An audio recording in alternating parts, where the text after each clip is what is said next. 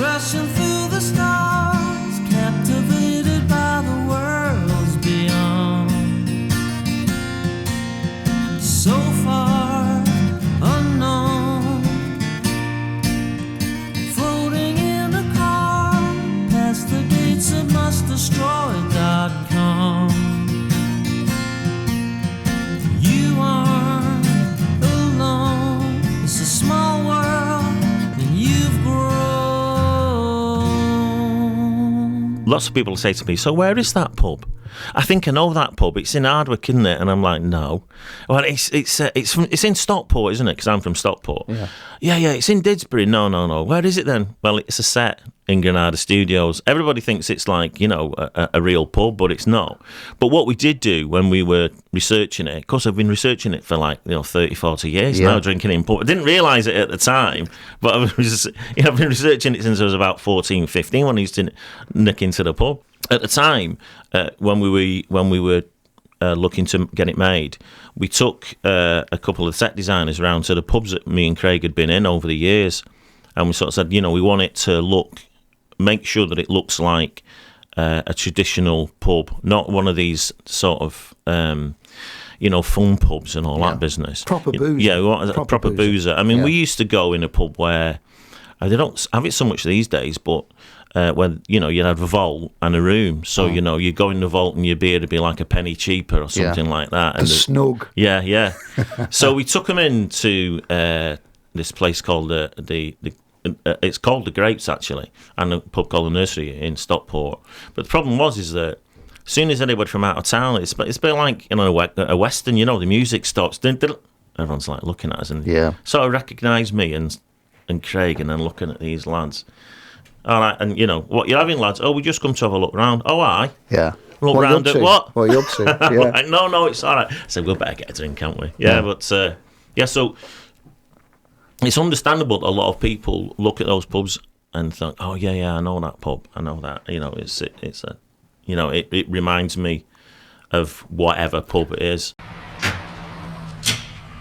Come on, it's past. Bloody hell, Tommy. You've been sponsored by Accurist? Good time keeping too much to ask for these days, is it? He came into my life, and now he's taken over. And it's beautiful. He's simply beautiful. Still tickles you that one, doesn't it, Ken? And the characters as well, they are in the pub that I go to. They're in the pub that you go to as well. And what we mentioned before, authenticity. Yeah. And I think that's certainly what hooked me in. It's authentic, the real people. You got Tommy. All right, Tommy, bloody hell. I'll stay on my own. I'll stay on my own. Well, every pub's got one of those. They have, and it's not just. I think that you can recognise the characters, and those characters. I know the suit being in a pub, but if you went to if you were waiting in a doctor's room, or you were in a cafe somewhere, or on the bus, you still find those characters, wouldn't you? There's like old Tommy who's like, I'll stay on my own, as a tight, miserable dude just sits in the corner. Or, Eddie and Joan who are just like, oh yeah, all right, a bit naive but happy, do you know what I mean? A fella there who's complaining his wife's not looking after the kids while he's spending all his time in the pub and all that. You know what I mean? Everybody knows those characters. So I think the fact that people can recognise those characters. This is one of the things that I think... Was it hard, though, to get it commissioned? Yes, it was difficult for us to get it commissioned. It got turned down by BBC Two, BBC One, ITV and Channel 4. Everybody turned it down back in the day. Why do you think they turned it down? Because they don't recognise the humour. They don't recognise those characters. A lot of those people in them jobs, we're talking in 2003 now. So it's not like it yesterday, But a lot of those, the commissioners in those jobs, they come from... Well, it's all down south anyway, and so they don't recognise that humour. I've told you my class is getting bigger and I need more room. You'll have to move your train set out there before the end of next week. Bloody hell, Mel. Train set? You didn't tell us about your toy train set, Casey Jones. It's just a hobby. It's for 5-year-olds, Ken. Hey, having that, you lot? Hey, he's only got a toy train set upstairs. Thomas the tank engineer. Hey, it's a proper Hornby. All steam locals or modern diesels, Ken? I don't want to talk about it, Eddie.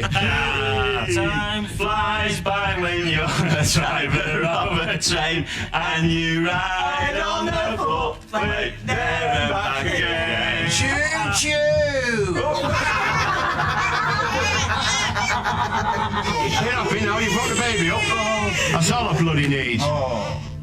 We used to get, well, at least once anyway, but I know there was a general feeling as to why are these people so horrible to each other? What do you mean?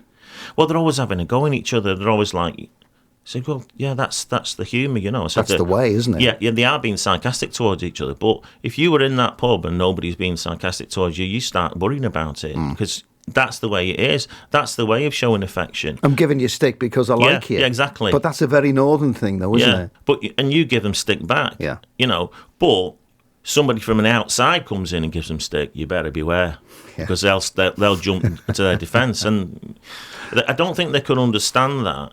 I think because I've people from we played when we toured it, we played the Hammersmith Odeon and sold it out. I think working class people in the South get it because they know those people. You know, that kind of thing exists. But on the whole, the people I experience from our sort of class and community are just lovely people and looking out for each other as well. You know, That comes over in early doors. The writing of it as well. Your relationship with Craig. Are you buddies from a long time ago? Or? For a long time ago. So we met when we worked part-time at Tesco's. So Really? we were both at school at the time. Oh, well, we should have been both at school at the time. So we worked part-time in Tesco's and just got chatting to each other and realised that we only lived 5-10 minutes from each other. So then we started knocking them out together, and the first boozer we used to go in was where Craig's dad used to go supping as well. So we used to go in there, you know, like we could only afford £1, you know, each, so we'd sit there from 7 o'clock till 10. Yeah. And it looked like it'd been boiled at the end of the night, you know what I mean? There was no head on it, nothing, it was just liquid, warm liquid. But, and like 3 or 4 games of pool in between. You know, we started talking about music really because I was into the punk thing quite a bit, you know, and you know, I'm a big fan of the Bunnymen. Me, I mean, I love Echo and the Bunnymen. I've seen them. I've been over there loads of times. I love them. And he was into like Pink Floyd and all that, so I was sort of ribbing him, and he would rib me back a bit, and we just start chatting, and then we used to write stuff. For a laugh about our mates, we'd do a poem about one of them. I played the guitar and sing, you know, so we'd write a few songs. You know, we thought we were going to be like One Direction or something, but we had no direction at all. Yeah, exactly. Yeah. You know, we were an example of Britain hasn't got talent. And so we'd write these songs, but they'd always be like, Gary's got dandruff, you know. And all that, you know. When he was a tot, there used to be a blizzard around his cot and all. You know what I mean? I can't remember the tune now, but classic stuff, of course, you know. Yeah, of course. I was hooked in straight away because I could identify with it for the reasons that we mentioned before. The sad thing for me is it kind of went under my radar for 20 years. Yeah. Do you find that a lot with people? People either go, and it's difficult for me because, you know, like Northerners, you don't want to be too, you know. Don't get above your station, yeah, mate. exactly. Yeah. But with all the early doors, people either say, oh man, early doors, I love that programme. Or, what? Early what? Because that's it. There's no in between with it. I don't think there's anybody I've ever met who's watched it and thought, well, it's kind of alright. But if you watch 2 episodes of it, I think you're in. It's different from the Royal Family, because obviously I wrote on the Royal Family, you know, with Caroline and Craig. I think Early Doors is a little more, it's quicker. Not that, I mean, the Royal Family couldn't have been any slower anyway, could it, to be honest? Very true. But I think it's more gag orientated. I think there's more sort of funny. There's more characters, isn't there? Yeah, more characters. Because the Royal Family is a family and might be, you know, absolutely, you know, next door or somebody comes or whatever. But these are all the different community, isn't it? Yeah, that's right. I mean, so we've got all the characters downstairs, and then we can go to the dodgy cops who were sat in the in the kitchen. And they're the only true characters in the whole thing, you know. They were based on 2 cops. 2 cops who we used to go in this pub. And these 2, and they called Phil and Nige, and they used to come in, the back door, and Jimmy, the landlord, you'd see him come in, he'd like get him a couple of beers, sit in the back, and the radios would be, they'd turn the radios off or whatever. Yeah. And then if the footy was on, he had a couple of overcoats in the back for him. They put the overcoats on and watch a bit of the game so you couldn't see the uniforms. Really? And they were called, you didn't think to change their names, No. they were just Phil and Knight. Phil and Knight. I mean, we know the second names, but they'll be retired by now. Crime won't crack itself. Crime won't crack itself. Yeah. Did you hear about the off-licence on the corner of Burton Street, Ken? What? It was done over last night in the early hours. What, again? You got anybody for it? We were very close, Ken. What happened? Somebody living opposite saw them breaking in and phoned 999 straight away. So the station radioed us, but we were picking our Katie up. She'd been to a club in town with her mates, and by the time we dropped all them off home and shot up to Burton Street, they'd got away. Scum. Bloody scum. That's what we're dealing with, Ken. Keep your eyes peeled, though, Ken. Like we said, we're going round the pubs trying to offload it all now. The grass was definite about that. Will do, no prob. Who is the grass, anyway? Can't reveal that, Ken. He's in the witness protection programme. Is it Vinnie Pace? Yeah. There's a few in there, isn't there? To the regiment, I wish I was there. That's a mate of ours who was in the Navy, and then he came back and was like, to the regiment. And I was like, what's that all about? He said, I don't know, it's just something. It's like, to the regiment, I wish I was there. Like, these captains and that are sat there, everyone's fighting. And I wish I was there. So I don't know, we found it funny. So we just thought, we'll go to the regiment. Yeah, and it just kind of stuck. And great when we did because when we did live shows 2-3 years ago. So we did the Echo Arena here. I know you did, yeah. And it was a brilliant night. It was just a fantastic night. But yeah, so when the live shows, as soon as the first time, like Ken said, to the regiment, I wish I was there. To the regiment! I wish I was there! Talking about Eddie and Joan as well. Mark Benton, isn't it? Plays it. Yeah, it's the mannerisms. Oh yeah, that he had with his hands. Yeah. And he's obsessed with temporary traffic lights. And it's just things like that really hook you in and draw you in. And yes, it is comedic, and yes, it is funny. It is entertaining, but you get a look into the real lives of people where they can't tell you what we're doing. Don't say anything, but we're having a bit of a whip round. They can't afford the gas bill. Yeah. It's those moments as well that really, those real moments in real people's lives. That you think, the great thing about comedy, I think, or the best thing you can do about comedy, and you have to work for it, is that it is that comedy and tragedy thing is really close together. So, you have to be careful, or you have to earn people's investment in the characters. So we couldn't, like in episode 1, give it, hey, we're all collecting for Eddie and John, because you think, well, who are they anyway? Yeah. But you get 4 or 5 episodes down the line, you think, oh, these are nice, characters. These, and the as I say, they're sweet, naive, but and you can laugh at them, laugh with them. But nobody ever is really nasty to them. No. They sort of. They G them up a little and banter a bit with them. They call it bants, don't they? Yeah. But nobody is actually ever mean to them, and nobody would be. And if somebody was mean to them, then they'd get a crack. Do you know what I mean? Yep. So it is when something like happens to a character, and you're watching and you're invested in that character, you think, oh don't want that to happen to him, or I want this, And when they collect for the football card because he can't pay his because the mum's ill and they can't pay the bill, and it just turns, and I don't know what to say. Thank you, Ken. Thanks, Tommy. Thanks, everybody. Eddie, have you got a minute? Can I have a word? Oh, of course you can, Ken. What is it? You know that big phone bill you've got up? John's been phoning her mother when she was ill. Oh, yeah, we can't afford to pay it. They're going to cut us off. Yeah, but they're not anymore. I've been taking some football cards around, and we've managed to raise enough money to pay it off. There you go, pal. Everybody's been putting in. What's that? Last week when Tommy won it? Yeah, Huddersfield Town. I wouldn't take a penny. He made me put all the winnings back in.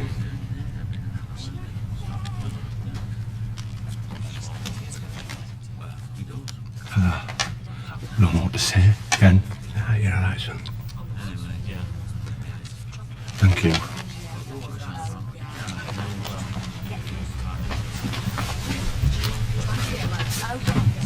What is it, Eddie? Well, yeah, you know, our phone bill, love. We can pay it now. We're not going to get cut off. How do you mean? Well, Ken's been running the football cards for us. Everybody's chipped in to help out. Tommy wouldn't even take his winnings out. Thanks, Tommy. Thanks, everyone.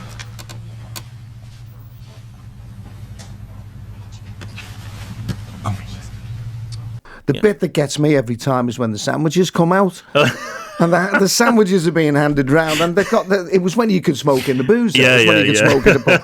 And they're going through the sandwiches and the ashes falling off the C's Yeah, and into the butties and stuff. Yeah. And I thought, this is brilliant. You know, this is Yeah, really he's good. looking for and he's wrapping them up his hanky to take home. then he sneezes in his hanky and then just wraps his sandwiches back up. exactly, You know what I mean? I was exactly. like, oh my God.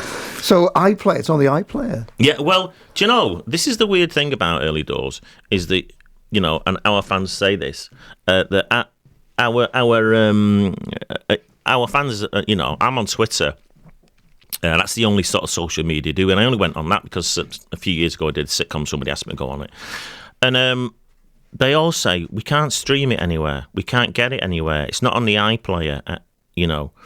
And again, you know, I think with early doors, it's almost like it's this.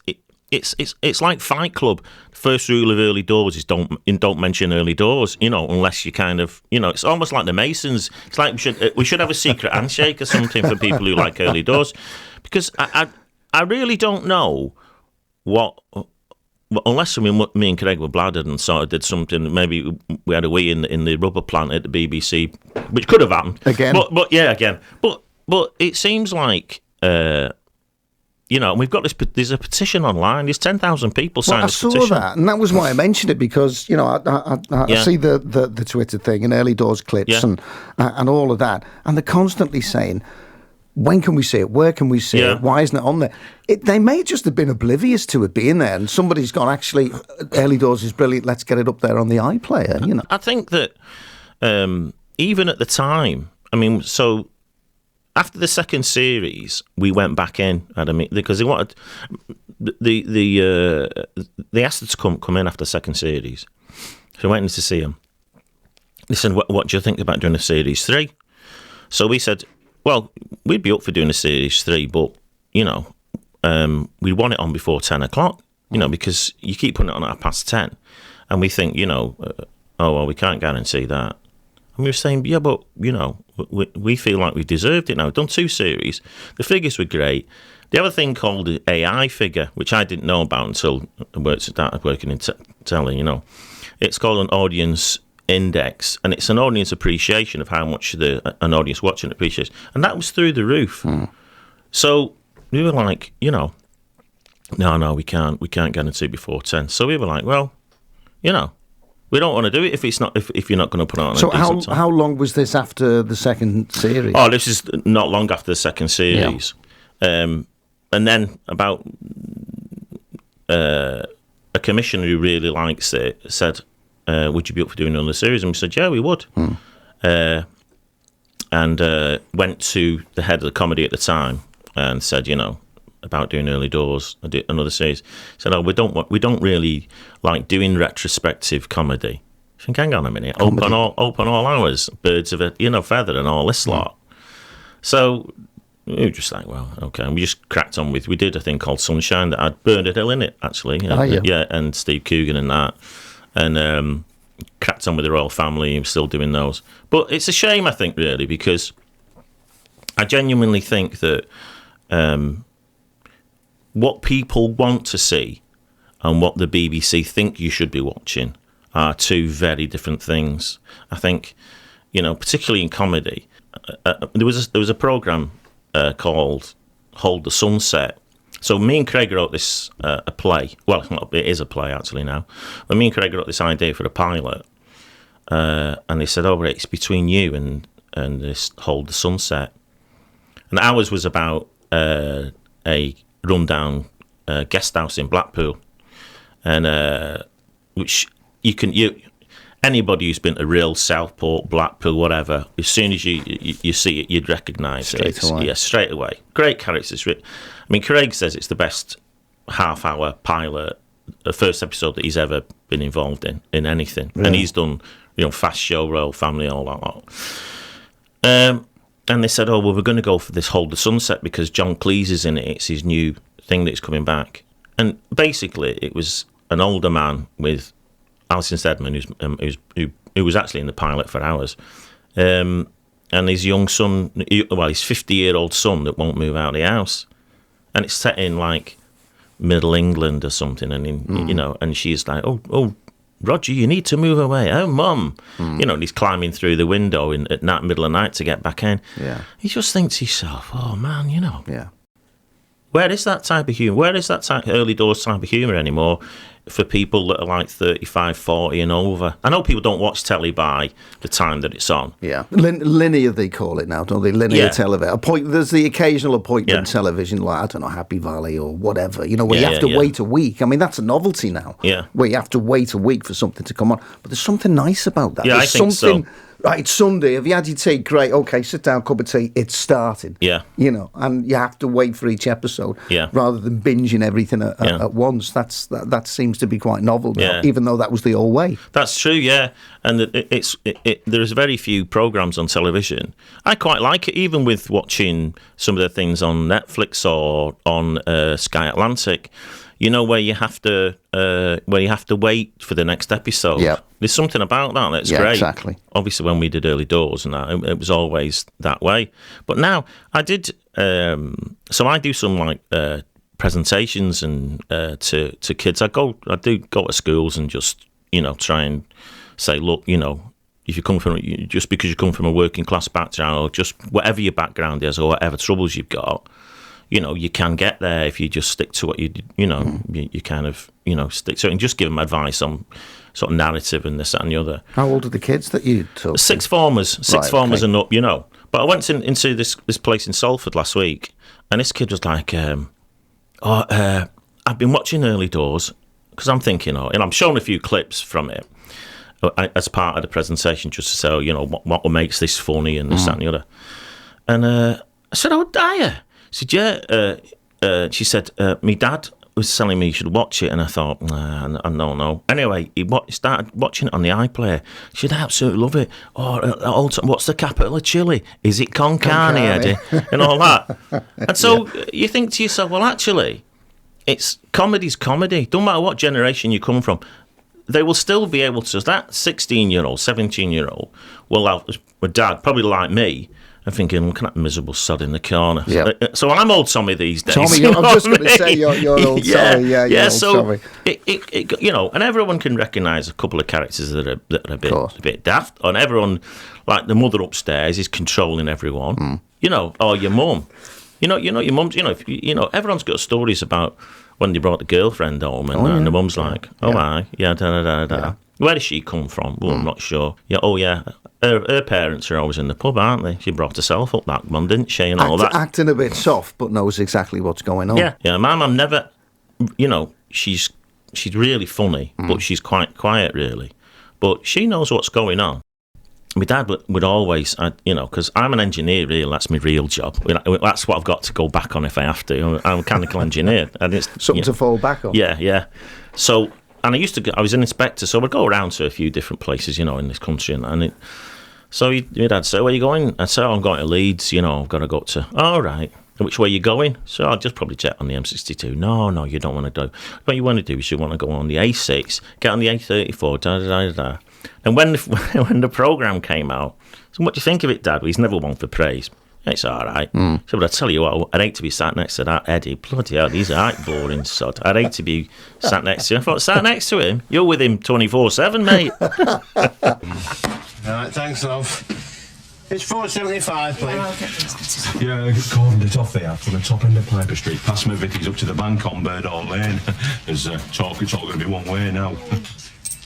Yeah, that means I'm going to have to go left down to the traffic lights at Oldsworth Square. All right. Come back on myself, rejoin it at the bottom of Escott Street. I've worked out that it's going to put at least 10 minutes on my journey time. Back door ready. I better go. It might be Michael Ashford for you. Oh, yeah. What about Duffy? Who's Duffy? How much of Duffy is you? It's none of it's me. None of it's So me. it must be based on, from what you've told me, Duffy must be based on. It's based on a two people. schoolmate or It's somebody based on- somebody you've worked with. Based on two people. Yeah. It's two lads who I know, and they would like just have casual affairs with people and think, it's just a bit of fun. You know what I mean? As long as it's no harm in it. And you'd be like, yeah, but this mate of mine, he got caught. He turned up at his house, and his mistress and his wife were sat around the kitchen table having a cup of tea together. She'd come round and said, "Look, he loves me," and all that. And he was like, so he ended up doing one. Then they got married again, and then and then they got divorced again. So it's like, but everybody knows lads or girls even, who just think, oh well, it's all right. No harm in it. Yeah, a lot of them on these, because my daughters, I got a 21-year-old, and I talked to her, and she said, on these apps now, what you do, you're going out with 3 and 4 blokes at the same time, and then you decide which one you know what I mean. So you go out one night, and I'm like, bloody hell. Has there been too long of a gap from when was the last series? Was it 2004? 2004. Yeah. So you're talking 20 years, give Yeah. or take. Is it too long of a gap now for a season 3? Or what? I don't think so, because Well, you wouldn't. well, no, I would if I thought that we couldn't write it. Yeah. So when we did, the live show was in 2018 and 2019, right? And me and Craig, we'd always fancied doing it live because we just thought it'd be a good crack to do it. And anything that we've ever written, we've never actually performed in front of an audience. So like the Royal Family or Sunshine or Early Doors, that was always us thinking, well, we think this is funny, but we didn't know if an audience would think it was funny. And funnily enough, when you get in front of an audience, there are some, we would think, oh, this gag's really funny. And when we're out, we wouldn't get a laugh.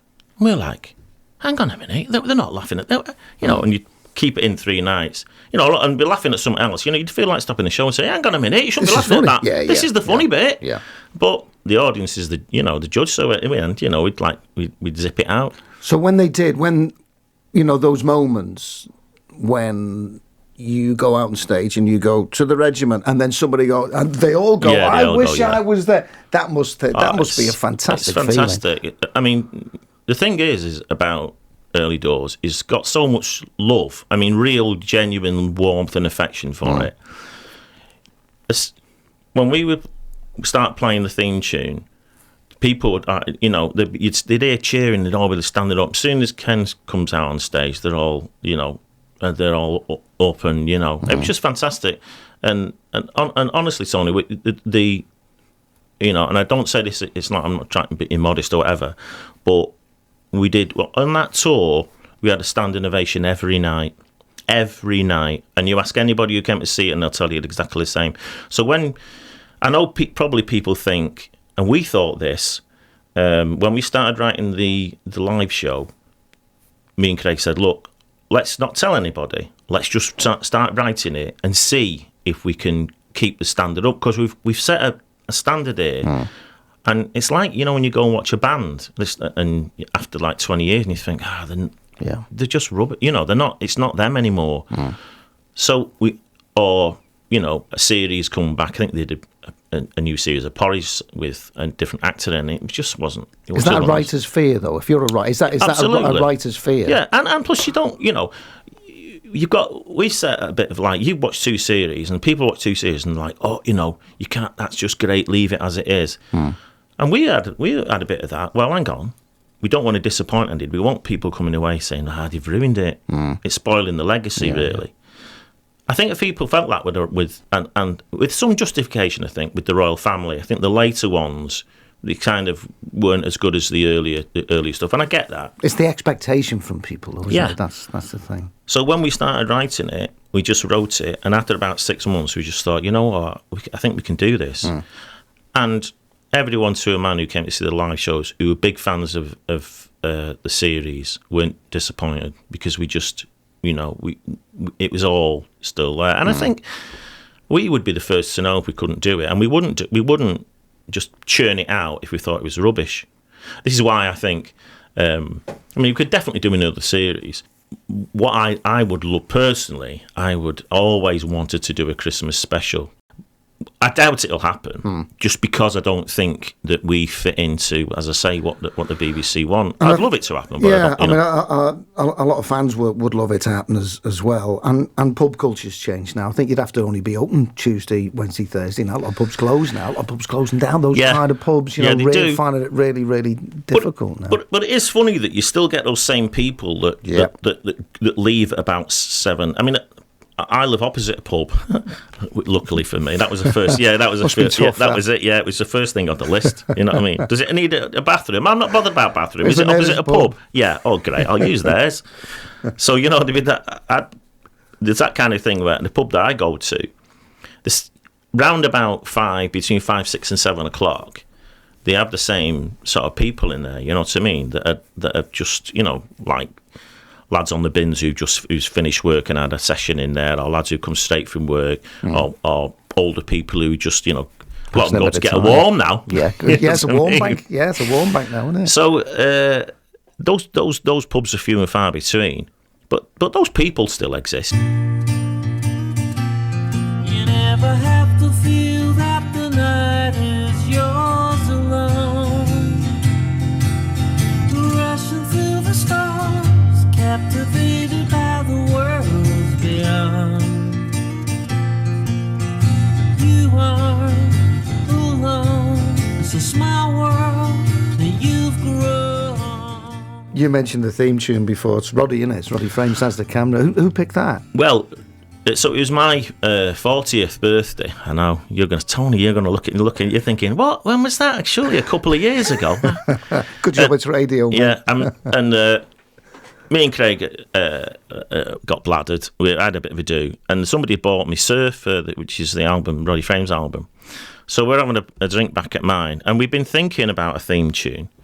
And so I just put that on. Just never heard the album before, but I've always been a massive Aztec Camera fan. You know, I was like from Highland Hard Rain, you know, right from way back. I've met Roddy a couple of times. He's just a brilliant guy. And Small World came on, and we were just like, it's one of those moments. Just go it. This is it, isn't it? This is it. And it's just great. And then we rung him up, and I'd met him before, and so had Craig, and just said, look, Roddy, do us a favour, mate. Said it's for what we want as a theme tune. It's like it has to be 30 seconds, and the bit that we want is like 45, 50 seconds. Is there any way you can speed it up and take that bit out? It's like ringing up Paul McCartney and saying, "Can you make Let It Be a bit shorter, pal?" And you know. So anyway, he give it. Yeah, sure. So so on the album version, it's different because it is longer. But bless him, yeah, he said, yeah, of course I will. But you can't imagine it being anything else now. No, it's just not at all. Yeah, well, it's just that wistfulness, isn't there? About you know, there's something again. It's this affection and that romanticism about, you know, you look back on those days and people you've met who might not even be here anymore, and think of those times and the crack that you had with them, and it's just that's what it's about, really. Yeah. You know, it's real life, isn't it? Yeah, talking about McCartney, all you need is love, mate. That's basically it. I could do it 2 or 3 minutes going off Hey Jude, if I'm honest with you. So yeah, it's always been a bit long, that one. Yeah, yeah. I'll have a chat next time I see him. Yeah, next time I see him. Yeah. How many times has people started singing This Charming Man to you over the years? Oh, mate, yeah. I would go out tonight. I know, yeah. I was judging a karaoke competition a couple of weeks ago, and you've hit the big time. The big time, mate. You know what I mean? I played Stockport Plaza now. That's the best thing I've ever done. As far as my mum's concerned, that's it. Everything's down. Forget about early doors, BAFTA, Royal Family, all that. Not interested. But Stockport Plaza, you know what I mean? Your mum's always right, mate. She's met, yeah, all exactly, yeah. So, but yeah, I judged a karaoke competition, and the landlord said to me, "Phil, do you mind if we start it with you singing This Charming Man and swinging some?" I said, I'm just, Rick, I said, I'm just here to judge it. I said, you know what I mean? I'm not a pig on the show. Oh, all right. Anyway, I had a few drinks, and later on, I would go out tonight. He was in charge. I got free bar, you see, and that was it. That was enough for me.